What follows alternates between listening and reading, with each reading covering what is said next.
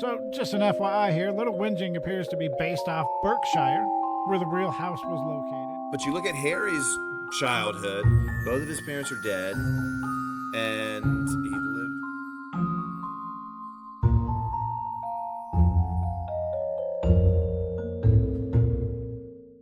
So, have you ever watched the movie Enchanted? The movie Enchanted, not the cartoon, but the movie. No, is that the one where like the prince comes to life?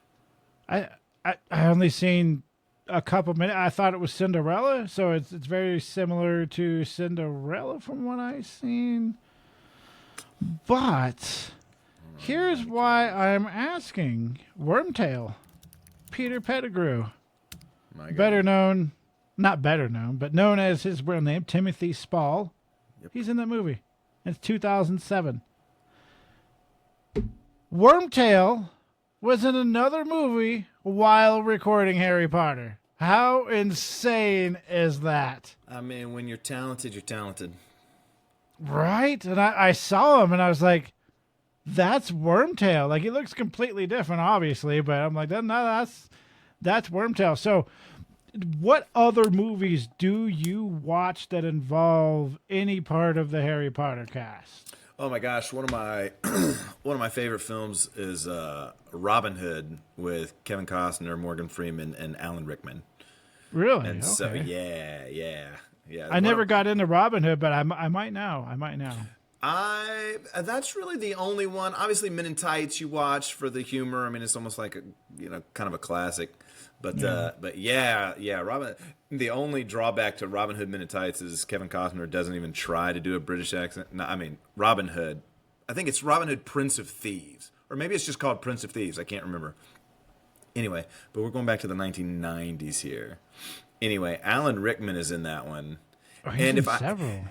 And if I remember correctly, I think that was one of his first theatrical. I think Die Hard might have been his first, Alan Rickman. But anyway, I quote Alan Rickman from Robin Hood, Prince of Thieves all the time. Oh yeah, let's see. Oh yeah, okay. So he's also in Sweeney Todd. I think we briefly talked about that before. Have you seen that? Todd. The actor that No, plays I've seen parts of Sweeney Todd. Yeah, Wormtail. Bellatrix is in there. Yes. There's a good, decent chunk of the cast that's in there. Yeah. There's Beauty and the Beast. That's not Alan. That's Emma Watson. But right. I watched that. I bought that, and I bought Sweeney Todd once I found out all those people were in it. Daniel Radcliffe, though. So we've talked about how some of the characters try to dissociate themselves from Harry Potter. Harry Potter brought them to where they're at, but the problem with growing up doing a certain series, a 10-year series, is you're Harry Potter. That's it. You are Harry Potter, and they try so hard to get away from that. So the stuff he does, he definitely gets away from Harry Potter. I haven't really seen anything he's done, but I've seen clips of several things, and he's all over the board. He can do none a lot. of them, at least for the child actors, as far as the young cast, if you can consider him young, Bill Weasley has been in some absolute banger fills. Yeah. He was probably in him before Harry Potter also, right? He was, he was young. Now, his dad in real life is, do you know who Bill Weasley's dad is in real life?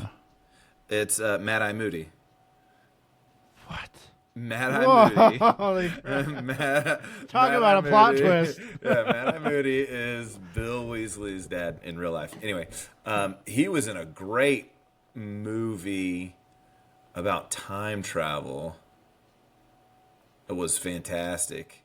And it makes sense that they're all in other movies because they're just so great. But but he's the only young cast member that's done some absolute great stuff. Like Daniel Radcliffe, I know he's been in several things. Hey, he's been in a couple of things, like one or two things like before Harry Potter. Yes. Yeah. And his most recent thing was. But he very much so looked the part of Harry Potter already. So absolutely. I mean, if that straight up, that was Harry Potter. Yeah. Now you see him on the movie, and you're like, who's that? Oh, that's Daniel. Yeah. That's Daniel. Yeah. I think my favorite is Maggie Smith as Wendy in Hook. I know. She looked just like she looked in Harry Potter, and it was so long ago. It's like, oh. Yeah, she's such a good. And my wife watched Downton Abbey, and so to see her in that, her character was great. I never watched it. Unfortunately, I hear it's a great story, but yeah, it's fun. We talked about this with the HBO series episode. Makeup. Dress up, it can do so much to a character to the point it doesn't matter who plays it as long as they can act it out properly. You can look like whatever they want. Welcome back, witches, wizards, and muggles. Today we are doing chapter 12. No. Welcome back, witches, wizards, and muggles. I am Jeremiah. And I am Andrew. And today, now I can say it, we're doing chapter 12, The Mirror of Erised. And I know we already did pre-show chatter, but I gotta ask, if you looked into The Mirror of Erised, what would you see? Oh my goodness. What would I see? It's a tough one. Well, and it's, like I gotta say, I've been working on. So if you're listening to this is our first episode, 2025. Or did we do? When did we do? Maybe we did an episode. Maybe we did. This is our first chapter HBO review of 2025. The first chapter for sure. of 2025. Yeah. So one of my daily things, I'm working on gratitude. So I feel like I would look in it and I would see my life as it is, right? Like Dumbledore says, the happiest man on earth. But I would see my family and we would all be golfing together. That's like, if there's something, my wife's not into golfing. She's just threw a curveball at me, my friend. Yeah, I could see my family. I mean, because here's the thing, knock on wood, my family is healthy. I'm not rich by any means, but we're not wanting. I mean, you've got fires ravaging Los Angeles right now. I mean, you've got Russia and Ukraine. You've got starvation, right? So, when I put my life into context, it's pretty darn good. So if I had, and also I'm trying to think of, when Harry looks into it, he just sees people around him. When Ron looks into it, he sees him and, Dumbledore. Yeah. So it's not like they're seeing this big picture thing. It's something where, if I look in it, I see my family, my immediate family, we're happy and healthy and we're playing. Yeah, I think that's what I would see is me and my family just extremely content, well taken care of, happy. Because, man, when you got to work to provide and you're just barely getting by, it's not a relaxing form of living. Stress. That's constant stress. No. Like I was telling you today with what happened at work, I said, I'm not coming into my nerves are way up here and they need to be down here. I'm not doing that. Well, and if you remember a few months ago when Hurricane Helene came through and just destroyed the mountains, there was floods all around here weekend after weekend. We were doing volunteer cleanup work. I mean, that really affected my business, like hardcore. Yeah, I bet. Affected my business. But it's why we have savings, and we were slow there for a little bit, but it's building and building and building. Yeah, and like contextually speaking, I would look into the mirror and see us just playing golf. That would be that's very specific, and I like it. I like that. Well, I love golf, and I would love it if my wife and kids loved golf, because then you could all go out and play golf. Dad, can we go golf right now? Absolutely. Yes. Absolutely, we're going. So that's what I'd see. And same for you, right? You said, your family happy, content, healthy. Yeah, it's crazy the evolution you go through as you get older. You just want what's best for your family that's right there with you in your house. Yeah. No, So I take it back. I would look into the mirror, and I would see my kids with no cavities. That would be. And our podcast flourishing. and our podcast, people lining up because they love the podcast. That's right. Squibs Corner. That's right. So that I just noticed I'm looking down at my thing, under Andrew, and I forgot. Corner? No, the first because when I look at yours, it says Jeremiah, and underneath it says host, and mine says Andrew Oror. I forgot I did that on the very first thing, Andrew Oror. I'm like, yeah, I'm keeping it. I'm gonna keep that. So if you guys are listening, write into us. You can message us on Instagram at Squibs Corner, squibscorner@gmail.com. If you're listening on Spotify, you can leave a comment. We have a YouTube channel now, Squibs Corner. Everything's Squibs Corner. Yeah. I would love to hear what you would see in the Mirror of Erised, and be as detailed or undetailed as you want. We can even put you on the episode. If you don't want to physically be on the episode, write us out a story, and with your permission, we would love to read it. Yeah. Man, this is something everybody can relate to. Be a part of it. This is a podcast for Harry Potter fans. And if you feel like you can contribute anything, no matter how big or small, bring it on.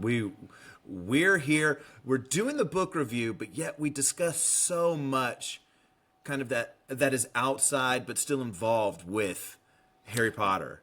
Yeah, and I think we also set the record for the longest pre-show chatter. So that being said, we're just going to jump right into the 7-word summary.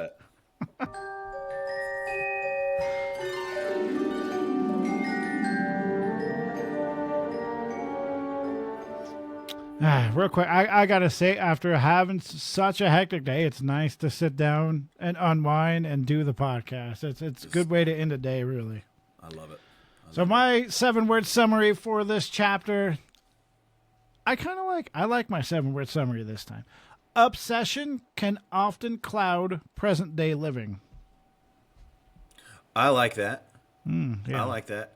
I had 2 chapter summaries. Go for it. Go for it. The more the better. Here's the thing. I'll let you vote. I'll let you decide which one is better. Okay, we got to keep one. Okay, listeners, which one is better? That's right. Let's go. That's right. We're going to put up a poll if I can remember.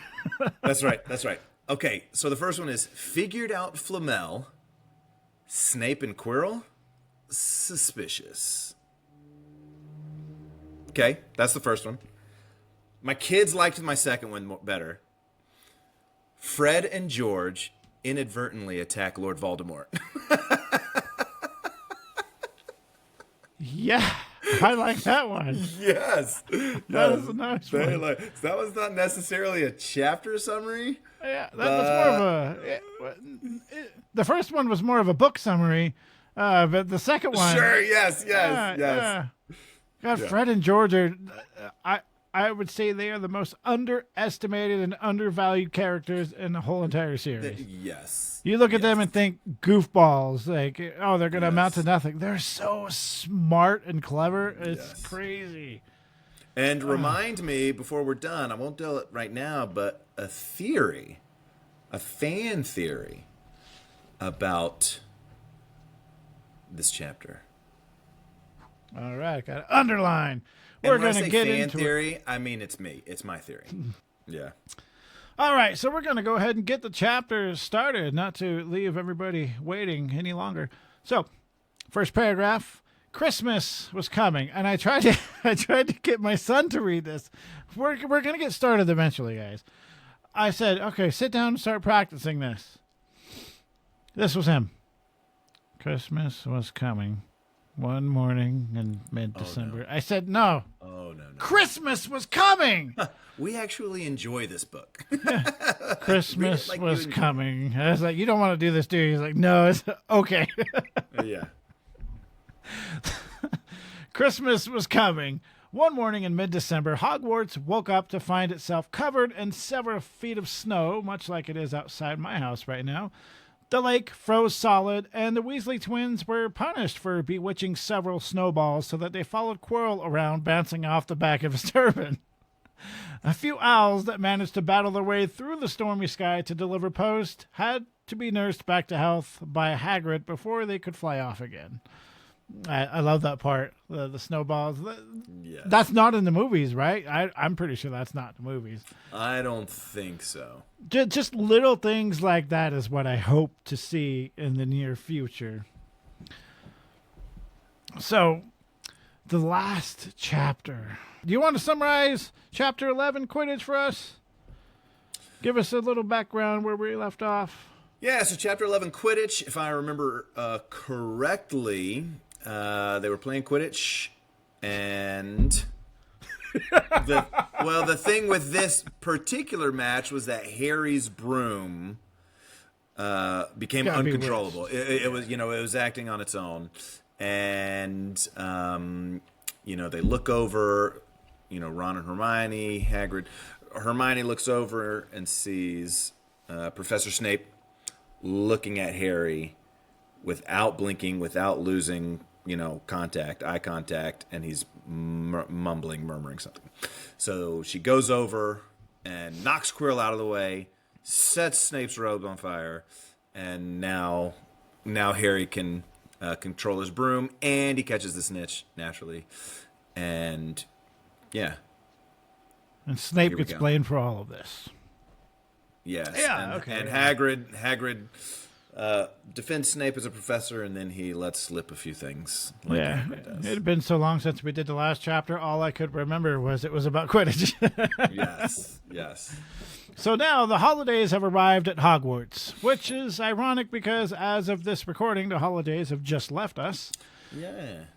They had fires in the common rooms of Hogwarts houses, but pretty much everywhere felt like as if you were outside, much like it would right now if you didn't have like central air and you were trying to heat the house with your wood burning stove is a good way to go. I have a fireplace, so it's not very efficient. Snape, of course, made absolutely zero effort to heat his class. We've talked about Snape's potion class being in the dungeons, which, as we all know, heat rises, and his classroom was already cold to begin with, so Snape, this must have just felt right at home for him. Perfect. Yeah, how do you heat an old, huge stone castle? A wood-burning stove. I mean, it's room by room. I mean, it's just, Yeah. Despite this, the holidays at Hogwarts were quite special. The students were allowed to return home for the holidays if they wanted. So, Malfoy, being Malfoy, took this as a challenge to insult Harry. Harry, nobody else, just Harry. No family, the muggers he lived with, hated him. The taunting fits. You would expect nothing less of Malfoy. But as we've talked about, with Harry's situation back in the town of Little Whinging, Surrey, of number 4 Privet Drive, and how it appears to be an abusive situation.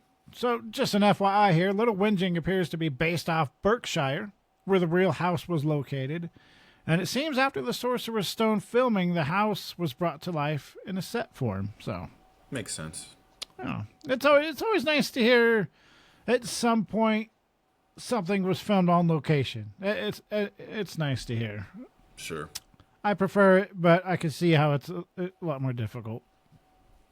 Harry was more than happy, probably relieved to stay at Hogwarts. I bet he was dreading going back for the holidays. I mean, could you imagine how bad it would have been or how bad it would have made the holidays? I mean, it's the holidays, and all you're thinking of, oh man, this is going to be terrible. I wish I could just stay here. Yeah, Dursleys are the worst. Oh, yeah. It is what it is. So the holidays at Hogwarts are very much different. I mean, you got this giant castle, but not only do you have a giant castle, you have a giant. So outside the potions classroom, Hagrid was bringing in a full-size fir trees. Of course he was. He's a giant that apparently can move around full-grown trees. I believe he brought in like 10 or so, or 12. Yeah, 12. He brought in a lot. Yeah, Yeah. That would be a trip to see someone dragging a full-size tree. I mean, and it's so funny. Every now and then I think Hagrid's dragging this around. He gets inside, and Professor Filch is McGonagall's probably like, mad every tree he brings in. well, and Professor McGonagall's like, oh, put it over there. And Hagrid in his head be like, don't you have a wand on you? You put it over there. Why don't you put it over there? Like, what are we doing here? But Hagrid loves his job. You know, Hagrid loves being there. Hagrid loves. True. He seems like one of those guys that's like loves to help, loves to be needed. Hagrid's like, yeah, I got this. Well, when you think about it enough, it's like, why didn't you use a wand for that? Why didn't you use a wand for that? Well, they're people. Yeah. Much like at work, I drive a grapple truck. It's a big hook, and we pick up brush, tree branches, logs, pine needles. And we have this thing called bear mess, which we drive around town. We basically clean up the town. People throw like, a couch next to the garbage can, pick that up and whatever. Clean up bear messes. But I get told, why don't you use the grapple truck to do all that? I said, no, see, this is where it ties in. I want to get out and physically move around, pick the stuff up. Yes, that would make it easier, but I don't want it to be easier. So yeah, the kid in me is like, oh, I'd be using that grapple truck all the time. Well, yeah, for the majority of the time I do, but it's nice to switch it up and get to move around, be physical, and Yeah, so Hagrid's bringing in these trees, and then you've got, this is kind of outside the Great Hall, or right inside the Great Hall. You've got Harry and Ron and Hermione, and you've got Malfoy and Crabbe and Goyle, and Ron standing there, just looking at these huge trees, looking at the tree, looking at Hagrid.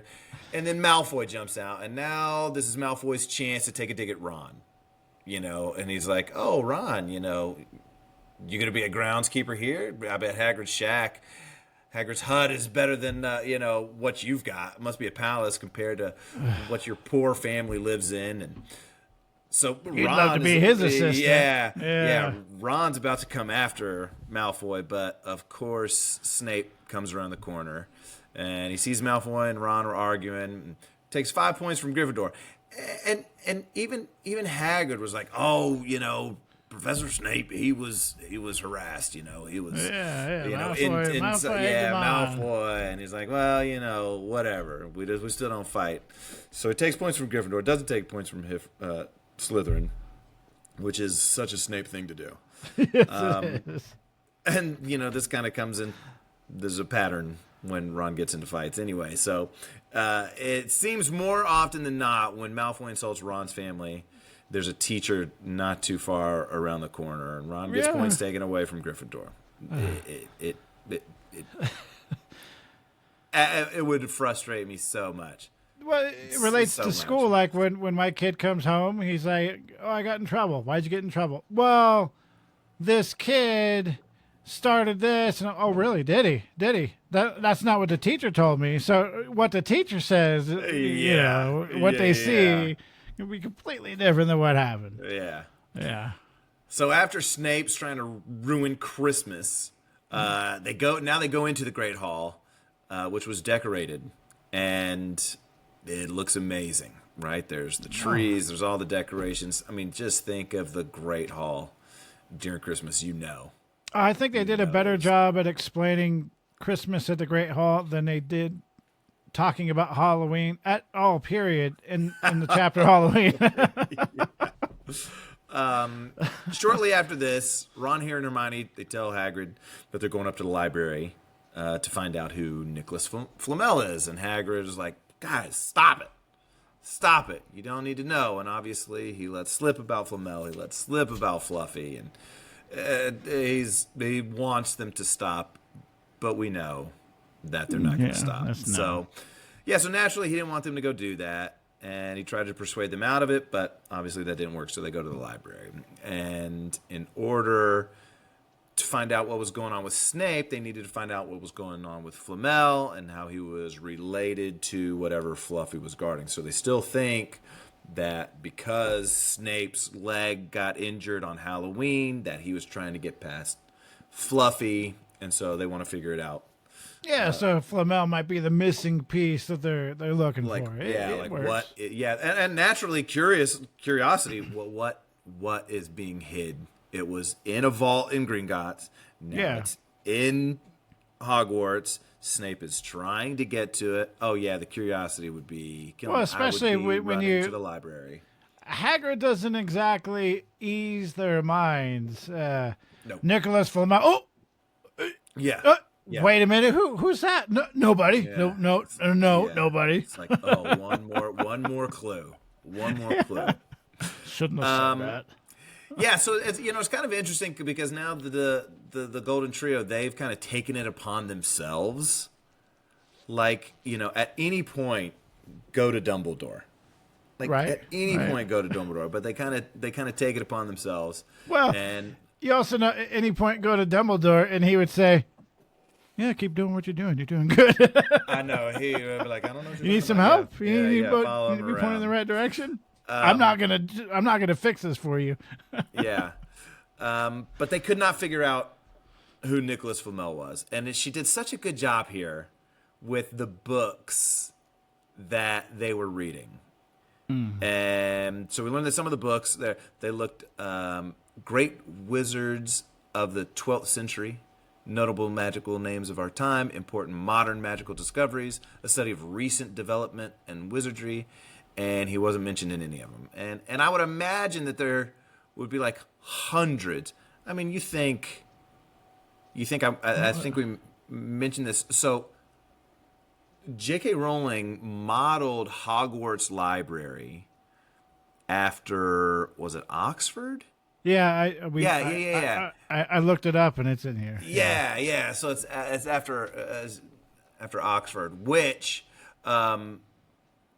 So them looking through a library of that magnitude is like trying to find a needle in a haystack. This is, for our young listeners out there, our young viewers out there, this was true search engine. Oh, me and my brother were just talking about this today. Yeah. Our generation is quick to... that happened? Let me look it up on TikTok. Yeah, let me Google it. Let me YouTube. Let me Google that real quick. YouTube, what is it called? YouTube University. We're strong. We're strong. I have several degrees from YouTube University, and so they wanted to look in the restriction section, which is also something that she took from Oxford. The only difference in the library at Oxford, their restricted section is because the books are so old and delicate, right? So you've got to have credentials, like you've got to get permission to get back there. But it almost feels like the restricted section at Hogwarts is because there's dark magic or magic that they don't want. Yeah, that's where it gets me. Like, I ask myself, like, why is there a restricted section at all? Like, knowing the type of material that's in there and the person that material could create. It leads a lot of questions. Wink, wink. Yeah. Not foreshadowing. Yeah. You would assume somebody would have, an excellent judge of character, good morale, they're an honest person. And I guess the honor system kind of works there once you get up to a certain grade. Yeah. It's still, there's a lot of questionable, like, why is that a thing at Hogwarts that we'll be getting into throughout the book? Yeah. I think this is one of them. Well, and we meet our librarian, Mrs. Irma Prince, and my teenage daughter, I say that because she's a fresh 13-year-old. We just got done. It's so exciting. We're reading. I was going to say congratulations, but no, I think I'm sorry if it's better. As a family, we're reading the 7th book right now. That's great. And at what age did you start reading the books with them? We started several years ago when they came out with the first illustrated. We started doing that, and how do you get their attention to stay? Well, that's the thing. We didn't finish chapters every time. Oh, okay. We'd have to go to a point and then let's stop. We're obviously losing. So it's been several years and you're still trying to get through them. Okay. Well, now my 10 and 13-year-old they're locked in. Dad, can we read another chapter? Bruh, no, I'm tired. We gotta go to bed. We'll read. No, I'm tired. We cannot read another chapter. Okay, are you guys ready? Anyway, the holidays were coming to Hogwarts. The holidays were coming. but what's so great? My 13-year-old. So obviously we finished book 6 and we're on to book 7. And then a few nights ago we're reading, and she goes, "Was Snape related to the librarian?" And I said, "Oh, what do you mean?" "Well, Madam Pince." And I said, yeah. No, Snape's mother's maiden name was Prince. She goes, oh. But I was like, hey, way to like that's a theory I didn't know. Well, it's Pince and Prince, so I don't. I mean, they're different names. Well, but now one entirety of a movie, his name now makes perfect sense. Yeah. So it was neat.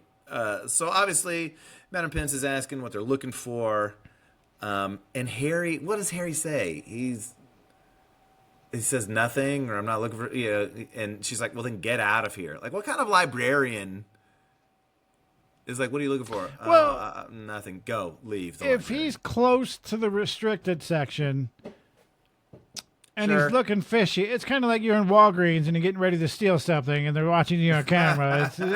I imagine Harry probably looks something like that. And yes. Yeah, just you're up to no good. Get out of here. But they just needed a little uninterrupted time. Yeah. To search for Nicolas Flamel. Mm-hmm. And uninterrupted time they will get. So now Hermione was going home for the holidays, while Harry and Ron stayed at Hogwarts.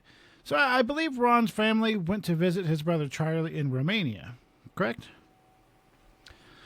So Charlie Weasley was the second of 6 sons, and he was a prefect, a Quidditch seeker for Gryffindor, and that earned him the title of captain.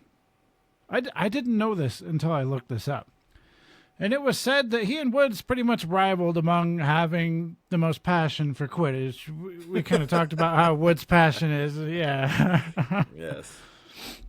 But at this point in time, Charlie was studying dragons in Romania, meaning he had left the Weasley house. So I believe at this time there's 5 children in the Weasley house. Yeah. So naturally... Bill and Charlie are gone. Yeah. So Hermione's gone. Ron, Harry's staying. So naturally, Hermione said, "Hey, can you go do some schoolwork? Can you do some research? Find Nicolas Flamel over Christmas break?" Of course, she would do that. And naturally, they pretty much forgot to do it. I would too. I would forget to do it on purpose. So Hermione's parents were dentists, by the way, and I say this because it gets brought up later in the Slug Club, and it's much to the dismay of everybody in the room. It's a really funny scene, really. But over the holidays, like I said, they were having so much fun they actually forgot to look around for Nicolas Flamel. Now, can you remember what you did as a kid during the holidays? When I was a kid, let's see, when I was 11. Oh, very good tie-in. I mean, so when I was 11, we always did. So growing up in Charlotte, all of my dad's family are in Charlotte, and some of my mom's family are in Charlotte. So we did a lot of family stuff. You do a lot of traveling, it sounds like? Not really. Most of my mom's parents lived in Fort Worth, Texas. So I know there was one Christmas that we went out to Fort Worth. It was the year we got our Nintendo 64. Oh, yes. GoldenEye, Mario 64, Zelda, Ocarina of Time. Children these days, I mean, we sound old, we sound lame, but video games were much better back in the day. Super Nintendo, come on. Yeah. 007. We didn't care about graphics. The games were just fun. Man, they tried. And look, Nintendo 64 was revolutionary. Oh, yeah. I love the Mario game for that. Had the toggle control. It was 3D. Yeah, that was revolutionary. But Yeah, it's always the anticipation of what's Christmas morning. Oh, That's yes. really it. All Yeah. culminated with, okay, what's Santa bringing me? What am I getting on Christmas morning? I remember watching the news and they're talking about Santa. Maybe he broke down or something like that, and they're talking about it or talking about where he's Yeah, at. I think this year they were pushing that the no what is it called nomad NORAD. NORAD. Yeah, they were Yeah, pushing NORAD. NORAD Yeah, real yeah, hard this year, NORAD. and Yeah. yeah, it's great. It's I think it's harder to get kids nowadays excited about anything really, because now they just kind of expect a little bit less appreciation with kids nowadays. But that might not be the situation with everybody's kids. I would No, imagine my your kids are a little bit kids, more appreciative. they're all over it. They love it. We've got two elves on the shelves, Oh yeah, and they change places every night. My kids will write them letters to take to Santa, and then nice. they were like, oh, they came back, and my 4-year-old, she's like, do they eat cookies? And I'm like, yeah, they love cookies. So we made them some cookies, and the cookies were gone in the morning. So my 4-year-old was stoked, and she's like, let's bake them something else. I'm like, yeah, let's bake them something else. Yeah. I bet they eat pies. I bet they drink milkshakes. Like, let's. I'm like, That's what let's you go. all. And my wife is like, would you stop? Would you stop that? Dang. No, it's the Look, holidays. We're that's right. allowed. It's That's okay. right. That's right. Oh my gosh, we should leave them some golf balls. I bet they love Yeah. golf balls. Oh man, the most annoying present I had to wrap this year was like a 10-foot long fishing pole. And it was for my Oh my stepdad. I said, gosh. "I'm never buying you a fishing pole ever again. This is the worst thing I've ever had to wrap in my life." Bro, my wife went out and she got some wrapping paper that had glitter on it.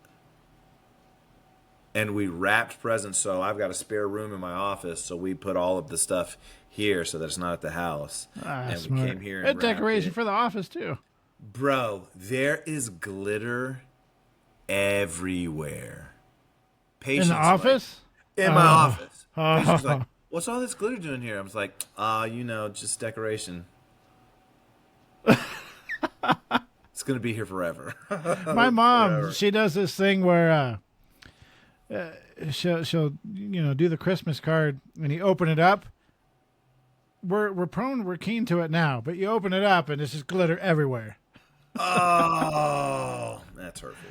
That's hurtful. Yeah, we expect it now, and I think I'd be sad if she didn't do it. But now we open up the card and we go, you're not getting me no more. But Yeah. I like the thought. The thought's still Yeah. there. Yeah. So pretty much, Harry, Ron, they had the dormitory to themselves, so they were able to do almost whatever they wanted.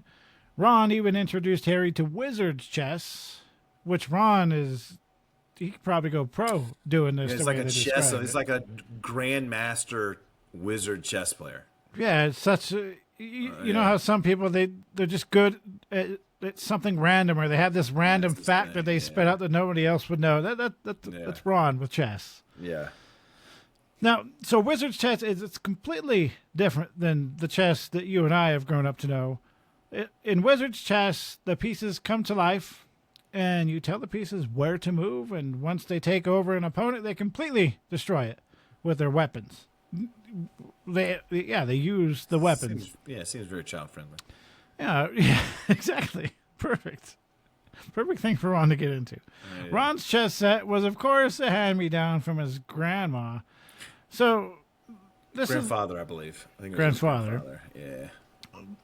this is I'm not sure how well it's explained. It's briefly explained in the book. So apparently, if you play with certain chess pieces long enough, they start to know you. They You trust develop you. kind of like a bond, trust. Yeah. It's like a relationship. You like we said, you build trust, and if you borrow someone else's chess pieces, like Ron he was using Seamus Finnegan's chess pieces. They don't trust you very much, and they keep telling you how to play and what you're doing wrong, and they're very much against you, which is pretty neat. I mean, chess is kind of boring, I guess, so this makes it fun. Yes. Which is, now that I think about it, great way to write the chess. She could have just said, "Oh, Ron was a very skilled chess player," So this, I mean, it comes up later too. So, which really he would be, because wizard chess is the same rules as regular chess. You're just telling your pieces what to do. Yeah. And so I love to play chess. I'm not very good at chess, but I do chess puzzles every day. I used to play chess and checkers a lot when I was younger. I don't play it anymore as an adult. Yeah, it's part of my. I do 15 minutes of brain games a day, and so that's one of my things.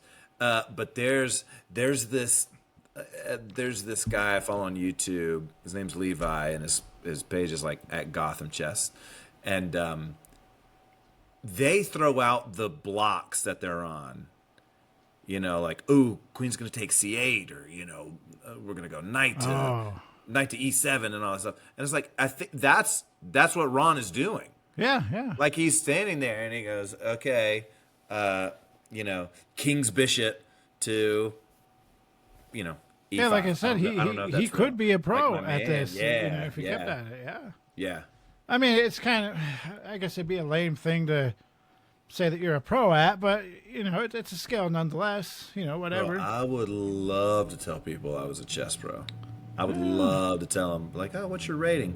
2,500. What? Yeah, I got the clock right here. Bam. Yeah, my rating's like 600. I'm garbage at chess. Yeah, 600, measly 600. Yeah, it's trash.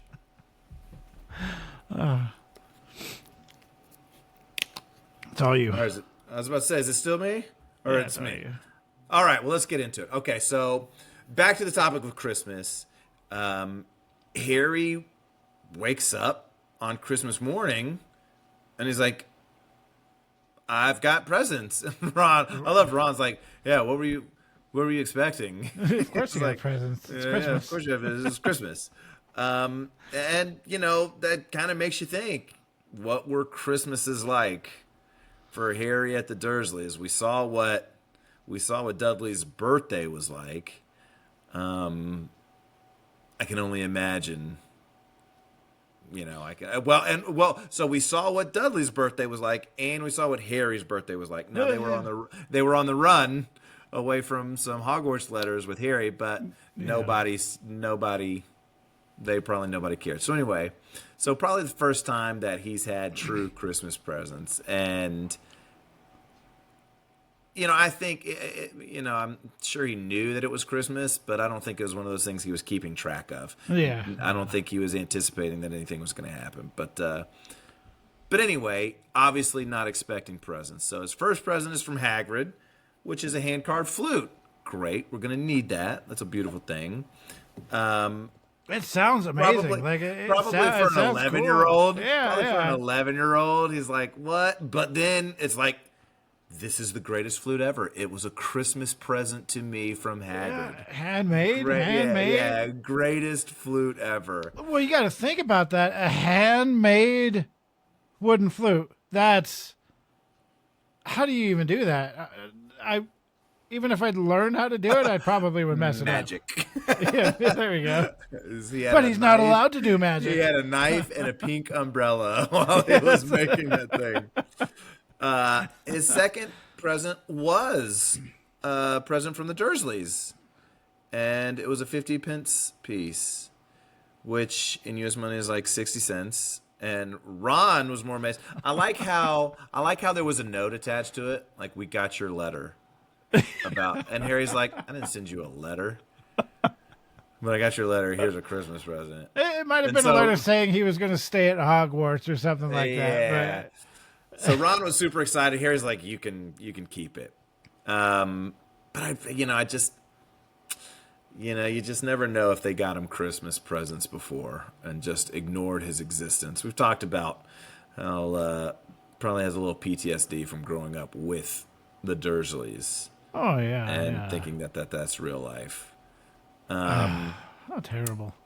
Yeah, but his next present was from Mrs. Weasley, Ron's mom, and I think this is one of the another thing that might have been not anticipated by J.K. Rowling, but the Christmas sweater, the Christmas jumper.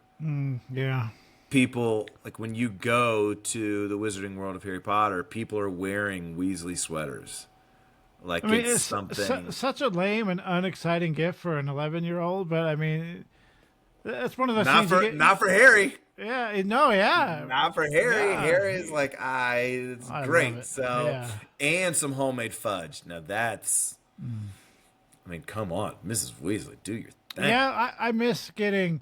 So when I lived in California, one of my relatives, she would send us like the little round tins that had like the cookies and crackers, and I miss that. I don't get that now. And man, we did Christmas Eve this year. I was like, Christmas Eve, we have to open up something. Like it's got to be some sort of food, like the Christmas popcorn or the popcorn tins, or so. I think we're going to start doing that every year because you have to. It's the holidays. I mean, I'll tell you this: when I lived down in Orlando, I opened up 2 different offices with the company I was with down there, and both of my office managers I had 3 different office managers, but they were all bilingual, English to Spanish, and so all 3 of them were Puerto Rican. And the first one that I had, she had to move back to Iowa to be closer to family, but she would make these guava pastries with powdered sugar on them. They were absolute fire. Sometimes they would have cream cheese in them. Absolute fire. I loved them. She shot me a text. She's like, "Hey, what's your address? We want to send you a Christmas card." Send her my address. She sent me 3 tins full of the guava that's the cool pastries. thing about the holidays is you wouldn't normally eat this stuff, but you get it for the holidays. You're like, I am down. I'm ready for it, like, and then you never think about it again after that. Well, I told you that's how I lost my voice.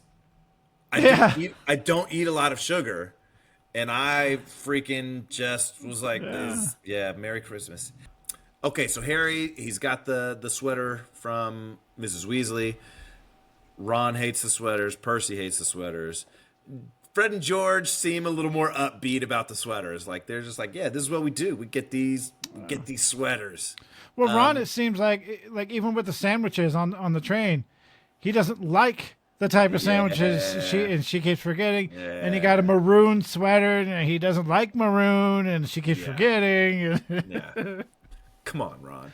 Poor Ron. But he'll be 40 one day, and he'll appreciate it. He'll look back. He'll appreciate it. So for Harry, he's like, I don't receive a lot of gifts. This is the most amazing. You mean somebody didn't wash a sweater? I didn't know it had to be so wet. Somebody actually made something instead of making something on the stove. And then he got another present. Got another present from Hermione, which is a box of chocolate frogs. Very important. So Harry's got these presents. Which is the most uncharacteristic present that Hermione has ever gotten Harry? I think from now on out, it's everything she buys for them practical. Extremely practical. Yeah, they're extremely practical. So he's got these presents, and then there's one more present. And Harry opens it up. And it said that there was this shimmery liquid type thing that comes out. And Ron was like, oh my goodness. And it was an invisibility cloak. And a note fell out of it. And it says in scribbled handwriting, thin scribbled handwriting, your father left this in my possession before he died. It's time that I returned it to you. Use it well. A very Merry Christmas to you.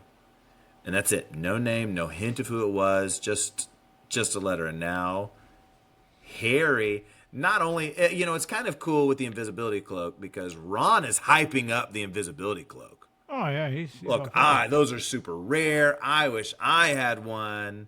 And then Harry is like, this was my dad's.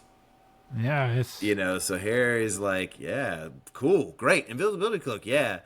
It was my dad's invisibility cloak, which is kind of cool. And I'll say this again about one of the great things about the books. We're midway through the chapter. We're midway through book 1, and the invisibility cloak, not only is it used throughout the books, obviously Harry's going to keep the invisibility cloak, but so are the Weasley sweaters. Like the Weasley sweaters come up all the time. But just the gravity, the depth in which she goes, that the invisibility cloak plays a part.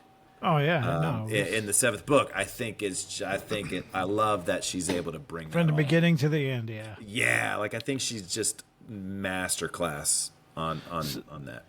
Are you a sentimental person? Do you hold on to things that people got you? 'Cause me, the older I get, when we moved up here, we asked my grandma, like, why isn't your house really decorated? Like, there's not really much going on here. And she's like, why? I don't need it. And then over the last 4 years, I have completely developed a mentality, less is more. And it's like it's life changing. Like if I see something that's been sitting there for like a year, we haven't touched it. We don't need it. It's collecting dust. It's messing up my allergies. Let's get rid of it. And I have a hard time hanging on to my son's stuff. Not because I don't want to hang on to it. It's just I don't think too hard about it. Like I try to put it in totes and then put it up so that he has something to look at when he's older. But it's not things I'm just like, let's get rid of it. And I think through that, my son's also developed that. So if he wants to get rid of it, he'll just throw it away or donate it. He doesn't care. I'm like, do you want to save this for when you get old? No, I don't care. Well, let me put this in the tote. I've got a couple boxes that I've got sentimental stuff. Yeah, I had this shed one time that had all kinds of stuff from high school. I was real big into Britney Spears. I had all kinds of posters and everything, and it had sat in a shed for 6 years. I was more team Christina Aguilera, just throwing that out there. Like Britney, I liked her too. Yeah, yeah. But this shed was like halfway filled with boxes, and they'd been in there 5-6 years. And one day I wheeled the trash can back there. I just started chucking everything in the trash can. And my girlfriend comes out. She's like, "What are you doing?" I was like, "Throwing the stuff away. It's been sitting here for 5 or 6 years." Well, did you look at any of it? No. Obviously, I don't eat it. I'm just gonna throw. I don't know what was in it. Any of it? I know the pictures. That's all. I don't care. I really don't. It's weird to get to that spot where you just don't care about stuff. It's nice to have stuff, but at the same time, like yeah. Before Harry could get too comfortable with the idea of having one of his father's possessions, Fred and George came in and noticed Harry had a sweater that was better than theirs. And Ron, he wasn't wearing his sweater, of course. They made Ron put on the sweater. Oh, I love this. And noticed he didn't have a letter on his sweater. I just love this. You haven't got a letter on yours, George observed. I suppose she thinks you don't forget your name. But we're not stupid. We're nowhere called Credenforge. I love that. I love that. These guys, so underestimated. I love it. She wrote to them. Oh, it's just perfect. It's perfect. Percy came in and they continued with the jokes. Percy, so he's going to have a P. So P for prefect. Percy the prefect. They go real hard on him. This was one of the best Christmases Harry has ever had, especially the Christmas dinner. Far better than Muggle Christmas dinners, which I say Muggle Christmas dinners. I'm talking about in general, like what you would generally see in the Muggle world. But for him, his Muggle Christmas dinner was probably scraps. Yeah. A big smorgasbord that he couldn't really eat, wasn't allowed to. At some point, Fred and George did some magic that produced rats and eventually stole Percy the prefect's badge, and they were running around all over the place. Typical sibling riffraff. At the dinner, there wasn't a lot of people at Hogwarts at this point. Most people had gone home, but Dumbledore, Flitwick, Hagrid, McGonagall were some of the teachers that were still there. But when the night came to an end, Harry, like everything that went on, great day. He couldn't stop thinking about that invisibility cloak. And, growing up, when we were younger, there was always that one gift from Santa. You wrote him a gift. I remember this one year, there was this remote control car that would flip over. You could drive it on the front or the back. The wheels were set up in a way, one side's red, one side's blue. And I remember, this is the only one I remember asking for. I drew a picture. I drew it going off the ramp. So this is what it does. I was very descriptive about it. And then I got it. And, oh, man, I think I still have that in one of the totes. I don't have the remote anymore, but I think I still have that car. And, even my kid, he's, granted, the first day or two, he'd already figured out and finished and played with everything. But, yeah, what about you? Growing up, every other year I'd get a new bike. Oh, there you go. And I always looked forward to my new bike. And I remember, one specific, it's nothing major. It was either my 15th or my 16th birthday. And I started working on it when I was 14. So I'd gotten to the point where I was buying my own stuff. But my mom, a couple weeks before Christmas, she said, "Is there anything that you want for Christmas?" Because she would get us undershirts and underwear and socks and, different things like that. You don't like that stuff when you're little. Get me a pair of socks, the brand that I wear. Ooh, it's the best thing ever. I'm down. Yes. I was like, yeah. So I was expecting, and, maybe a couple books, who knows. I said, hey, give me a really nice Wilson indoor basketball. I played a lot of basketball in high school. And, those balls were $60 or $70, an indoor one, because I was about to go get one anyway. She goes, okay, cool. Indoor basketball court. Yeah, you can. I'm thinking of the basketball hoop you put on the door. Okay. No. A basketball itself. Yeah. I just wanted a nice basketball. And she goes, okay. And so we get through Christmas, and I didn't get the basketball. And so I wasn't bummed or disappointed, but it was like, why would you ask me what I want, me tell you, and then not get it for me? So anyway, she looks over, she goes, "Are you okay?" And I was like, "Oh yeah, this is great Christmas. Yeah, loving the Christmas." She goes, "Did you get everything that you wanted to?" I said, "Oh yeah, this was great. Loved it. Awesome." She goes, "Didn't you ask me for something?" I said, "Well, you asked me if I wanted something." And she started laughing, and she went and got the present, and she brought it out to me. And full of disappointment. I'm fine. Yeah, it is. Because I was, we didn't have a ton of money, but we had a great house, and both of my parents worked. We never wanted for anything, so I never wanted to, didn't. I mean, at that point, I could have bought the basketball. Yeah. You know what I'm saying? I could have bought the basketball. So it's like, why ask me? And then I was just like, I'll just go buy it tomorrow. I don't care. But she went and got it for me, and that was that was cool of her. She's my son pranked me on Christmas. My son doesn't really care what you get him. He'll like anything you get him. He asked Santa for a VR headset, and I was like, yeah, that's not going to happen. What else is on your list? Because a VR headset. You're asking a little too much. Be a little bit more practical. And he got a couple Santa gifts that were nowhere near, a VR headset, and he loved them. He loved them. So I will say you can get him a pad of paper and some pencils, and he'll get all excited about it. I have no desire to do any VR stuff, but I will tell you this. I think one of the funnest video games is the VR game where you have like two lightsabers, blue lightsaber and a red lightsaber, and the music is coming. Oh yeah, I've seen that. You have to break the box with it.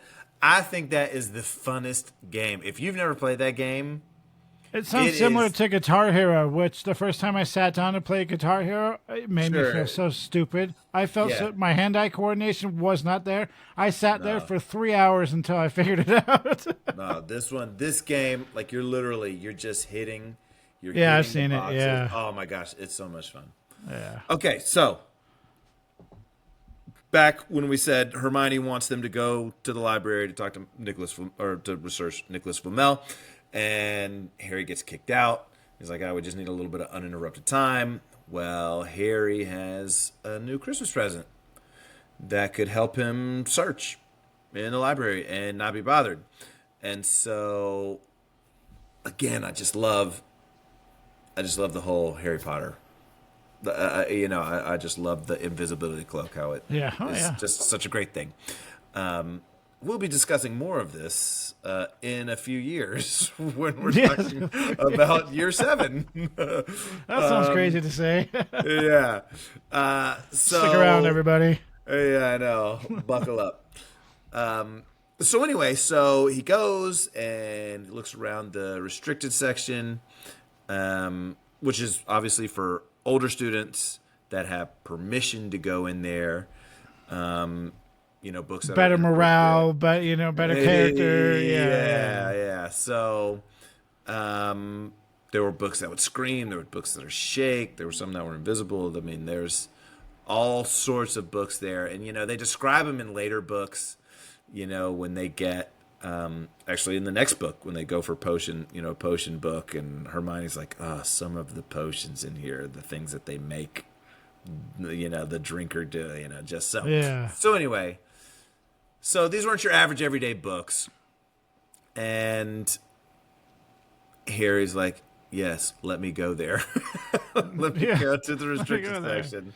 Well, he doesn't know anything about these books. He's new. He's new to this, so I can guarantee he's expecting completely normal books. Yeah. Yeah. So he goes in, opens one, it screams, breaks a lamp, and so obviously noise has been made, and Mrs. Norris and Filch, they're patrolling the hall, so he's got to run. He runs past Filch, thinks he's gotten away, then he hears Filch again, and he's talking to Snape, so now Snape and Filch are on the trail, but now he's in a thinner or more a narrow corridor, and while he can't be seen, he can be bumped into. Right? Yeah. So he's like, you can still hear him. Yeah, you can still hear him. You can still feel. So he slips into a random room to avoid being caught. And my thought is the door must have already been open. In the movies, all of the doors are closed. Yeah. And so you got to open them. So, because I think if he's opening one of those creaky doors in a castle, they would have heard him and be like, "Yeah, let's go get him." Yeah. So you would think you'd hear him.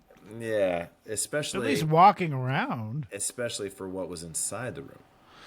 Yeah. So at this point, I realize the chapter is called Mirror of Erised, but really it's like the back half of the chapter is where they talk about it. So. Some of the titles of these chapters, they could be broken up into additional chapters, I think. Yeah, this chapter could have been 3 micro chapters. Yeah. One of them called Christmas, one of them called The Mirror of Erised, and then the one of them called Quidditch again.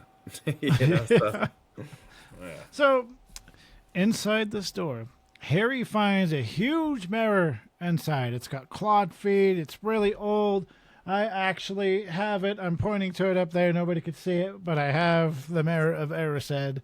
It's a really nice mirror. It's kind of like a gold color, which I'm not a fan of. I hate gold. I absolutely hate the color gold. It looks cheap to me. But the Mirror of Erised, it looks really good. I wouldn't mind having like an actual, 6 foot tall Mirror of Erised in my living room. I think that would be cool. That'd be great. It has an inscription on it. I'm going to try to read it backward. Erised stra irahu oi tubi karfu oit on wushi. which it's just simply written backwards. It's written out to be like a different language, but it just says, "I show not your face, but your heart's desire." Which, I mean, just looking at it, you wouldn't notice that it says that. I think it would take a very long time to figure that out. He had no reflection, so it completely unordinary mirror. I mean, every single mirror in the world, you walk up to it and there's a reflection. But he did see some people in the area behind him that he knew there was nobody in the room. He kept looking around. It's just him. So he looked in the mirror again and realized he was looking at his parents and some of his family. Now, talk about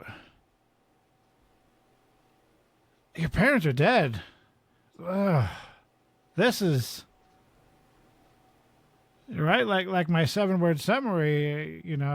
What do they say? Something about getting obsessed with something, and this is something easily you could obsess over this mirror. Ooh, it's ooh. And that's why I would love either a movie or a book about the First Wizarding War. Because we learn in later books that Harry is from a lineage, an almost ancient lineage of wizards, and yet here he is, and his only living family that we're ever introduced to is his mom's Muggle sister. Yeah, we really. I mean, so like we really don't meet a lot of his family. Yeah. No, we don't meet any of them. We don't meet any of them. We meet one later. One of that Harry's? I can think of. Well, Sirius. I mean, but that's not blood. That's from a different. I mean, that's from. Yeah, that's true. That's from a completely different family tree. He and James were like brothers, thick as thieves, but they weren't blood related. So I like to imagine that in the First Wizarding War, when they were attacking wizards and all this stuff, that in an effort to get to Harry, the reason that James and Lily had to do the Fidelius charm was they were picking off part of James' family in order to get to him. So it was getting serious. Because I can't think of any other reason why there are just 0 other Potters. Yeah. If he comes from a long line of wizards. The curious thing here is Well, I when I was young, my dad took me to like a family reunion thing, and it was this gigantic building just filled with people. And I said, "Do you know anybody here?" And he said, "No." And I said, "But this is our family." He's like, "Yeah." I was like, "I don't know any," and to this day, I don't know any. I don't know a lot of my family. It's crazy because every family, whether you know it or not, you one way or the other, you got a big family. I mean, sure, you might not know them or know they exist, but you know, like I said, when you go to these family reunions, you're like, whoa, this is my bloodline in one way, shape, or form. Like, wow. You grow up knowing cousins or brothers or aunts and uncles, stuff like that, but, I mean, I get it if James was an only child, if his dad was an only child, if his dad was an only child, yes. But you can't have a whole lineage of just... Oh, you got ancestors and things of the sort. Everywhere. Anyway, I would love... Anyway. I mean, there's so many directions Harry Potter can go, and I hope does go one day. But Harry, of course, ran to go get Ron because, of course, you're going to go run and get your best friend. At that time, Harry didn't care about anything else that was going on. He wanted to get Ron so that he could introduce Ron to his parents.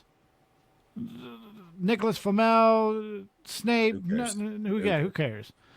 But we run into a problem. Ron looks in the mirror. He saw himself as head boy. He was holding the house cup, the Quidditch cup, and he was Quidditch captain. Harry's family was nowhere to be seen. And I think in the movies, Ron says, "No, just come over here. You're not looking correctly. You know, get a different angle." And Ron, does this mirror show the future? And Harry just says, "How could it? Both my parents are dead." My family's dead. Talk about like a. Oh my God, the feels that J.K. put into that. How could it? Both my parents are dead. Oh Jesus. Well, and it's interesting because you look at different, just different emotional situations. You know, I hate to use the word trauma because everybody uses the term trauma now. But you look at Harry's childhood. Both of his parents are dead, and he lived with an aunt and uncle that didn't love him, didn't want him around, and then you have Ron, who was in a loving family, but with lots of siblings. So now, what does he see in the Mirror of Erised? He's got a lot to live up to. Yeah, he sees himself. Mm-hmm. You know, he wants to excel at the rate of his brothers. Yeah. It's crazy. Yeah, so like you said, instead of going to look for Flamel, Harry kind of gets tunnel vision. He just wants to keep coming back to the mirror, and even Ron's like, no, don't go back, because he went one night by himself. The next night he went with Ron. And now he wants to go back, and even Ron's like, "Well, let's go see Hagrid. Let's go to the library." No. So Ron's got these real interesting and wise, really beyond his years, like advice that he gives about certain magical things. Like, hey, there's something not right about this. He's very wise, really, and he's they don't portray that in the movies. He's a lot smarter in the books. Yeah, and he even in the next book. You know, he warns Harry about magical stuff. I think it's just growing up around magic, and especially with his dad. Yeah. You know, with his job that we'll talk more about next book. But it's always nice to know that your child's listening. So the fact that Ron's listening to his parents, it's great. Yeah. So, so despite Ron's warnings about going back, Harry does go back. He goes in, he sits down, he starts looking into the mirror, seeing his family, his mother, father, and family members, and then he hears somebody talk to him. And it's Professor Dumbledore, and Harry's like, did I just walk past him? Like, I was just in haste to get to the mirror. When did you get here? Yeah. And so, you know, he sees that Dumbledore isn't upset with him. So he's kind of like, okay, sigh of relief. And then he describes what happens each night. He goes, okay, so you saw this. Oh, and your friend Ronald Weasley, he saw this. He's like, how did you know he's been there the whole time. Yeah, he's like, how'd you know this? And he goes, oh, I don't need a cloak to become invisible. And that's like, curious. So what do we think? What do we think he means by that? Because he obviously doesn't have a cloak anymore.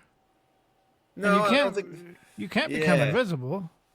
Now, which wasn't there?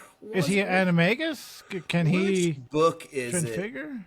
Which book is it where they tap somebody on the head with the wand? And I'd have to look it up. But, you know, Dumbledore is magical. He's described as one of the most powerful wizards in existence. So. Yeah, so I think that he's...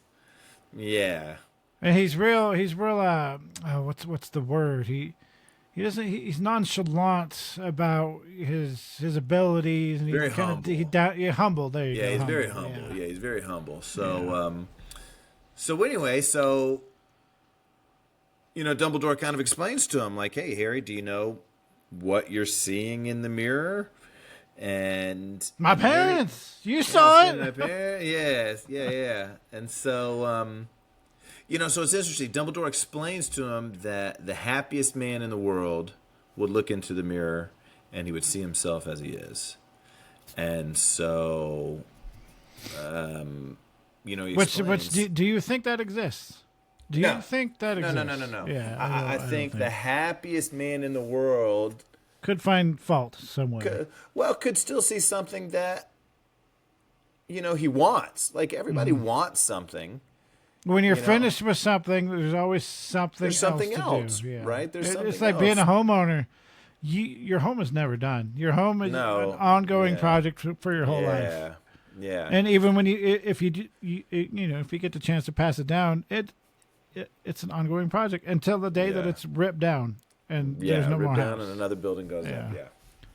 So we learned from Dumbledore that the Mirror of Erised shows your deepest desires. And to the person that had everything they wanted, they would just see themselves. And so Dumbledore told Harry that people have been driven absolutely mad by this mirror, and that soon it would be moved, and he asked Harry not to go looking for it. And then Dumbledore gave one of the best quotes in the book, which is also our closing quote for today, because we're going to come back to it because it's so good. It does not do to dwell on dreams and forget to live. Yeah, he has the best quotes. And they're not straightforward either. Like, it does not do to dwell on dreams and forget to. It's something you actually have to think about the wording of it. So it's pretty nice. Oh my! Yeah, here we go. You thought it wasn't coming. It's here. This one should be easy. Okay. Dumbledore looks in the mirror and says, Harry asks, what do you see in the mirror? And what does he say? He goes, I see myself holding a new pair of socks. So I've got new socks. What does everybody say he's actually seeing? He's not seeing socks. He's seeing his sister. And more than likely, more than his sister, but he's seeing Aberforth, and he's seeing his mom and dad. The whole situation, yeah. But yeah. I mean, it fits with Dumbledore. He says goofy things, and he's an adult. Most adults love socks, and it's very fitting of him, a thick pair of woolen socks. It's very fitting of him to say that, but he's living with tremendous guilt, and that's just got to be terrible. Stick around with us. A few years from now, we're going to go over this in detail. Yes, we will. So good. So obviously, when we've got a cool magical relic like this, we got to get a little more information about it. So over at harrypotter.com, we'll put a link in the description. If you're watching it, I don't know if we can do that on Spotify or wherever we're doing that. I have to have the ability to remember to do it, and the ability for me to remember almost anything, it's not there. So I have every intention on doing everything we say, but. Okay, so here's what it says, harrypotter.com. The Mirror of Erised is a very old device. Nobody knows who created it or how it came to be at Hogwarts School. Well, we know how it came to be at Hogwarts School. Dumbledore put it there. Yeah. A succession of teachers have brought back interesting artifacts from their travels, so it might have arrived in the castle in this casual manner, either because the teacher knew how it worked or was intrigued by it, or because they didn't understand and they wished to ask their colleagues' opinion. The Mirror of Erised is one of those magical artifacts that seems to have been created in a spirit of fun, whether innocent or malevolent is a matter of opinion, because while it is much more revealing than a normal mirror, it is interesting rather than useful. Only after Professor Dumbledore makes key modifications to the mirror, which has been languishing in the room of requirement for a century or so before he brings it out and puts it to work, does it become a superb hiding place and the final test for the impure heart. Now, I will tell you who I think created the Mirror of Erised. Okay. I think the Mirror of Erised acts very similarly to the Resurrection Stone. Because you see it, it's there, but it's not truly there. And Dumbledore, he says it doesn't give us information, it doesn't give us knowledge, and men have been driven crazy. Oh, yeah. Sitting in front of it. Long enough. Yeah. So it feels like it's one of those things that Dark magic. Like it was created by death. Yeah. It was created by death. It's very ornate. It's very beautiful. And yet men, plural, have wasted their lives away sitting in front of it. It's very curious. Death. So that's kind of my. It sounds like something that death would create. Well, he procured some. I'm not going to talk about it now because it comes up later. But what he did procure was very useful, but used wrong could drive you insane, much like this mirror. So it's okay. Let's go ahead and get into our final thoughts. This was we talked a lot of. This is one of our longest chapters. So did we not?